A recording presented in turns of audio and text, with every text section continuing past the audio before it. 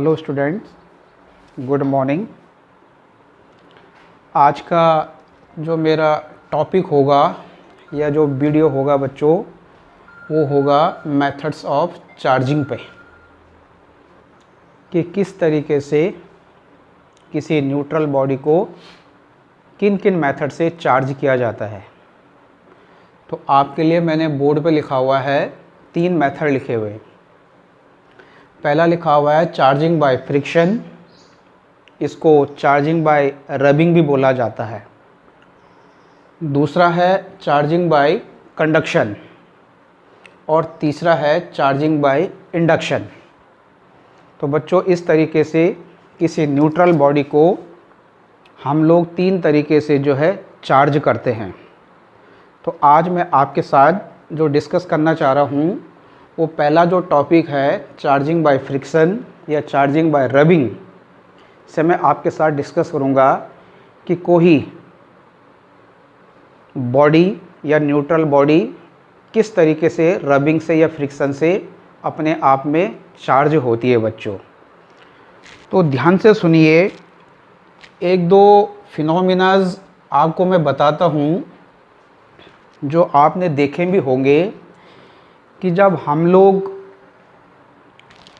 ऊल cloth को पहनते हैं या निकालते हैं या कोई सिंथेटिक टी शर्ट को पहनते हैं या निकालते हैं तो उसमें एक क्रैकिंग साउंड्स सुनाई देता है। या जब हम उसी चीज़ को किसी डार्क रूम में करें तो एक स्पार्किंग भी हमें दिखाई देती है। तो क्या लॉजिक है इसके पीछे, क्या कॉन्सेप्ट होगा इसके पीछे। इसी तरीके से आपने देखा होगा कि जैसे ड्राई एयर पे हम लोग कॉम या कंघी बोलते हैं जिसको हम लोग करते हैं और थोड़ी देर बाद उसको कुछ बिट्स ऑफ पेपर या स्मॉल जो छोटे छोटे पीसेस ऑफ पेपर होते हैं उनके सामने ले जाते हैं तो वो सब कॉम पर जो है अट्रैक्ट होने लग जाते हैं। तो कहने का मतलब है मेरा कि देखने में तो ये सब फिनोमिना बहुत अच्छे लगते हैं बच्चों, लेकिन इनके पीछे क्या रीज़न है, ऐसा क्या कॉन्सेप्ट है, क्या हुआ होगा कि इस तरीके से जो है ये जो मैंने बोला कि जब आप ऊल पहनोगे या उसको निकालोगे तो एक क्रैकिंग साउंड बनेगा, या डार्क रूम में जब उसी को आप दोहराओगे तो वहाँ पर एक स्पार्किंग भी हमें दिखाई देगी, या कॉम पे जो है छोटे छोटे पीस है वो पेपरों का अट्रैक्ट होना, ये क्या है। तो इसको समझाने के लिए मैं आपके साथ एक चीज़ बता रहा हूँ आपको कि आज से 2400-2500 साल पहले एक यूनानी फिजिशियन हुआ करते थे, साइंटिस्ट थेल्स बच्चों। तो इनका एक्सपेरिमेंट है कि बोला जब अंबर को ऊल के साथ रब किया जाता है। अब आप बोलेंगे अंबर क्या चीज़ होता है। तो पेड़ों से एक रेजिन्स निकलता है जो कि काफ़ी समय के बाद सॉलिड होकर एक क्रिस्टल की फॉर्म ले लेता है बच्चों। उसी को ही हम लोग अंबर बोलते हैं। तो जब उस अंबर को ऊल के साथ रब किया गया थेल्स के द्वारा और उसके बाद उस अंबर को स्मॉल पीसेस ऑफ पेपर के जो छोटे छोटे उस पर पीसेस होते हैं उनके सामने जब ले जाया गया तो वो सब उसकी ओर क्या होने लग गए, अट्रैक्ट होने लग गए। लेकिन इस एक्सपेरिमेंट को थेल्स आगे कंटिन्यूअस नहीं कर पाया बच्चों। क्यों नहीं कर पाया होगा, किस लिए नहीं कर पाया होगा, ये तो वही जाने। लेकिन उसके बाद एक और फिजिशियन आए, गिलबर्ट। तो गिलबर्ट ने बच्चों क्या देखा कि जब गिलास रॉड को बोला जो है सिल्क के साथ बोला रब किया जाता है या इस तरीके से फ्रिक्शन किया जाता है, तो वही चीज़ जो थेल्स ने देखी कि जब ग्लास रॉड को भी स्मॉल पीसेस ऑफ पेपर या ड्राई लीव्स, अब आप बोलेंगे ड्राई लीव्स क्या होती है, जो पत्तियां होती है उनको सुखाकर जब उनके छोटे छोटे पीसेस बनाए जाते हैं उनको ड्राई लीव बोला जाता है, या फैदर हो गया जो पंख होते हैं चिड़ियों के, उनके सामने जब उसको ले जाया गया गिलास रॉड को तो वो सब उसकी ओर अट्रैक्ट होने लग गए गिलास रॉड की ओर। तो क्या रीज़न हुआ इसके पीछे, क्या कारण हुआ।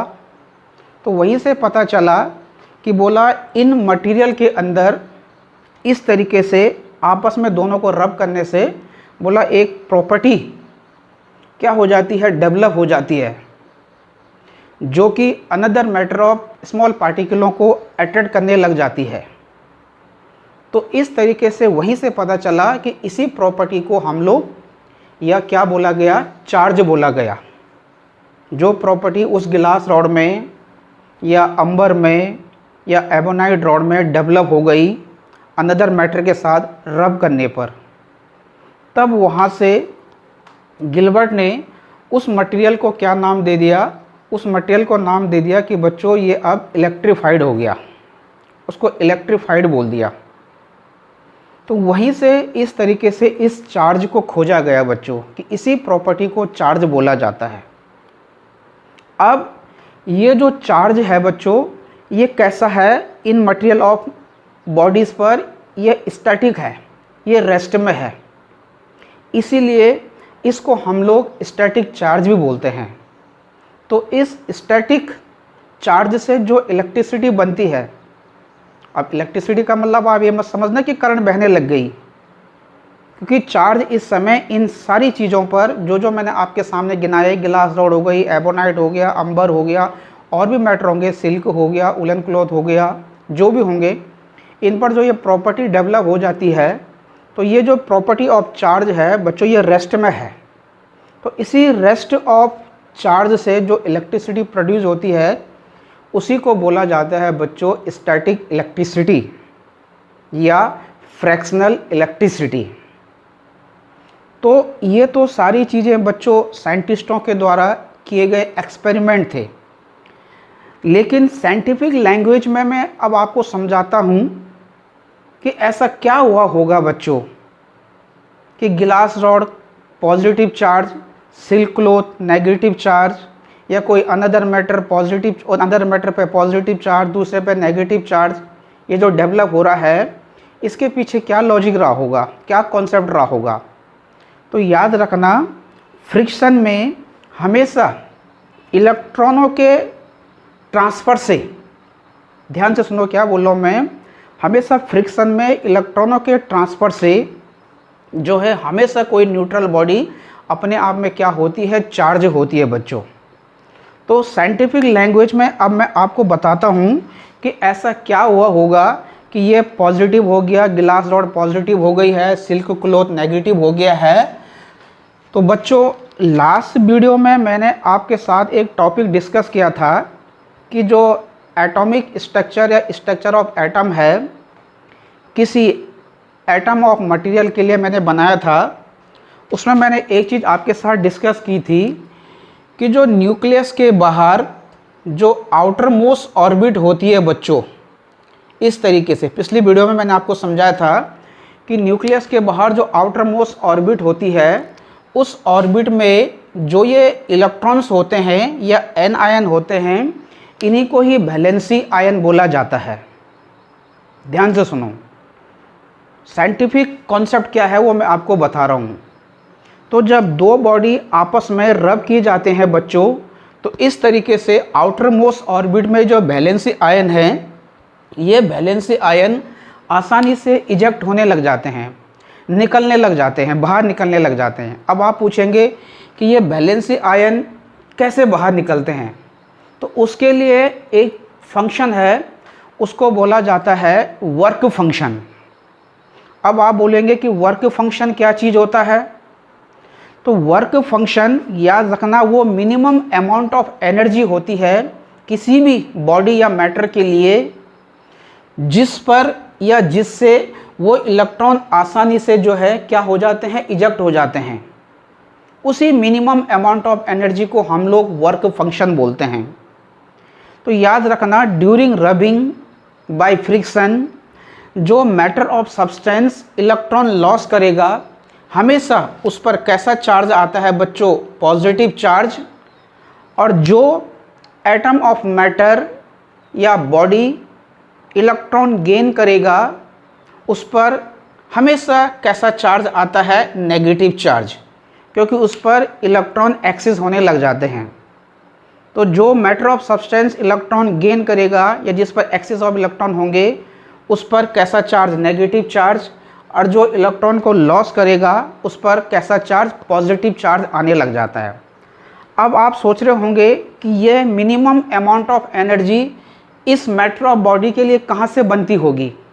तो ध्यान से सुनो कि सपोज दैट ये हैं बच्चों दो बॉडीज़, तो जब इन दो बॉडीज़ को इस तरीके से आपस में रब किया जा रहा है या फ्रिक्शन किया जा रहा है तो यहाँ पर टेम्परेचर वेरी कर रहा है। तो टेम्परेचर वेरी करने से बच्चों एक हीट क्या हो रही है, जनरेट हो रही है, प्रोड्यूस हो रही है, और वही हीट तब एनर्जी का फॉर्म लेके आसानी से आउटर मोस्ट ऑर्बिट से इन इलेक्ट्रॉनों को बाहर निकालने लग जाती है। तो उसी मिनिमम अमाउंट ऑफ एनर्जी को हम लोग वर्क फंक्शन बोलते हैं। फिर आप सोच रहे होंगे बच्चों एक बात और कि वैलेंसी इलेक्ट्रॉन के अलावा भी तो अंदर वाली ऑर्बिटों में इस तरीके से आयंस होते हैं, ये क्यों नहीं हो रहे हैं इजेक्ट? जो फर्स्ट ऑर्बिट में है या सेकंड ऑर्बिट में है, वैलेंसी वाले ऑर्बिट ही इजेक्ट क्यों होते हैं? ध्यान रखो, क्योंकि ये वैलेंसी वाले इलेक्ट्रॉन न्यूक्लियस के द्वारा बच्चों लूजली बाउंड होते हैं।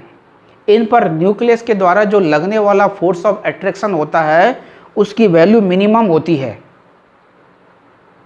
एक कॉन्सेप्ट है इनवर्स लॉ का, कूलॉम्स लॉ, एक दो दिन में जब मैं आपको पढ़ाऊंगा तो वहाँ पर जब उसको समझाऊंगा तो और समझ में आ जाएगा आपके कि दो अनलाइक चार्ज पार्टिकलों के बीच में जो लगने वाला इलेक्ट्रिक फोर्स होता है वो इन्वर्सली प्रोपोर्शनल होता है square of the distance between two particles. तो इनमें से एक पार्टिकल हो गया आपका न्यूक्लियस, जिस पर कौन है बच्चों, प्रोटॉन, जिसके अंदर कौन है, प्रोटॉन। अब प्रोटॉन हैज़ पॉजिटिव चार्ज। दूसरा इसके अराउंड ये डिफरेंट टाइप की जो सर्कुलर ऑर्बिट है, इनमें कौन हो गए, anion, these are electrons. Electron have negative charge, ये आपने 9-10 में पढ़ा होगा। अब आपको पता है प्रॉपर्टी चार्ज की प्रॉपर्टी से, अनलाइक चार्ज बोला अट्रैक्ट टू ईच अदर और like charge repel to each other. तो इलेक्ट्रॉन हैज़ पॉजिटिव चार्ज और प्रोटॉन हैज़ पॉजिटिव चार्ज और इलेक्ट्रॉन हैज़ नेगेटिव चार्ज। तो इस तरीके से दोनों पर जब अपोजिट चार्ज है तो ये दोनों एक दूसरे को क्या करने लग जाते हैं, अट्रैक्ट। लेकिन आप यहाँ पर देख रहे हैं कि ये वाला इलेक्ट्रॉन न्यूक्लियस से बहुत दूरी पर है, लॉन्ग डिस्टेंस पर है। तो जब इनके बीच का ये जो डिस्टेंस है आर, जब ये इंक्रीज होगा तो इस तरीके से लगने वाला force due to nucleus, that type of electrons जो आउटर मोस्ट ऑर्बिट में हैं उन पे क्या हो जाएगा, डिक्रीज होने लग जाएगा। जो मैंने अभी बोला कि वो लूजली बाउंड होते हैं। तो यही कॉन्सेप्ट है कि ये वैलेंसी आयन जो है लूजली बाउंड होते हैं बाय द न्यूक्लियस। इसलिए हल्की गिवन ऑफ मिनिमम एनर्जी से सबसे पहले ये इलेक्ट्रॉन बाहर निकलने लग जाते हैं। दूसरी बात, इन आयनों को किसी अनदर कैटायन से तो कोलाइड करना नहीं पड़ता बच्चों, इसलिए इनकी काइनेटिक एनर्जी भी क्या होती है, बहुत ज़्यादा होती है। इसीलिए valency electron outer most orbit से तेज़ी से निकलने लग जाते हैं बच्चों। तो जो मैटर ऑफ सब्सटेंस इस तरीके से इलेक्ट्रॉन लॉस करने लग जाता है उस पर आने लग जाता है पॉजिटिव चार्ज, और जो matter of substance electron gain करने लग जाता है उस पर आने लग जाता है नेगेटिव चार्ज। तो इसको बोला जाता है चार्जिंग बाय फ्रिक्शन। तो ये कॉन्सेप्ट था उसके पीछे, जो थेल्स ने देखा, जो गिलबर्ट ने देखा, या जो हम लोग देखते हैं। तो साइंटिफिक रीजन उसके पीछे ये है बच्चों, साइंटिफिक रीजन इस तरीके से कोई neutral atom by friction method से या बाय रबिंग मेथड से अपने आप में क्या होने लग जाता है बच्चों, चार्ज होने लग जाता है। अब जो ये चार्ज इस मैटर बॉडी पे आ रहा है, ये चार्ज इस समय रेस्ट पोजीशन में है। तो इसीलिए इस चार्ज से जो इलेक्ट्रिसिटी इस मैटर पे जनरेट हो रही होगी उसको बोला जाता है स्टैटिक इलेक्ट्रिसिटी, फ्रिक्शनल इलेक्ट्रिसिटी। तो इसके पीछे क्या कॉज है, ये जो मैं पूरा आपको समझा रहा हूँ, तो इसके पीछे जो इसका कॉज है बच्चों वो है आपका फ्रिक्शन। तो फ्रिक्शन से ही ये सारी चीज़ें हमें यहाँ पर देखने को मिल रही है बच्चों।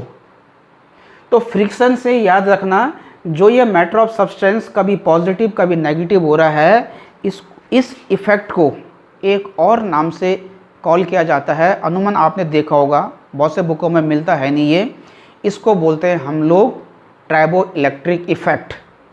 ध्यान से सुनना क्या बोल रहा हूँ मैं, इसको बोला जाता है ट्राइबो इलेक्ट्रिक इफ़ेक्ट। अब कोई आपसे बोलेगा कि बनाओ डेफिनेशन, चार्ज की क्या डेफिनेशन है, किसको बोलेंगे आप चार्ज, कैसे आप राइट लिखोगे अपने नोटबुक के ऊपर चार्ज की डेफिनेशन, तो आप लिखोगे it is a property, it is a इंसेंट्रिक प्रॉपर्टी या property in a neutral matter of substance. जो सेंटेंस मैंने आपके साथ डिस्कस किया, स्टैटिक इलेक्ट्रिसिटी, क्या डेफिनेशन बनाओगे स्टैटिक इलेक्ट्रिसिटी की, तो ड्यू टू स्टैटिक चार्ज और due to rest charge the produce of electricity in this matter of substance is called static electricity और फ्रैक्शनल इलेक्ट्रिसिटी। तो इस तरीके से बच्चों ये आज आपका पहला मेथड था किसी न्यूट्रल बॉडी को चार्ज करने के लिए। इस तरीके से इसके अलावा दो मेथड और हैं किसी न्यूट्रल बॉडी को चार्ज करने के लिए।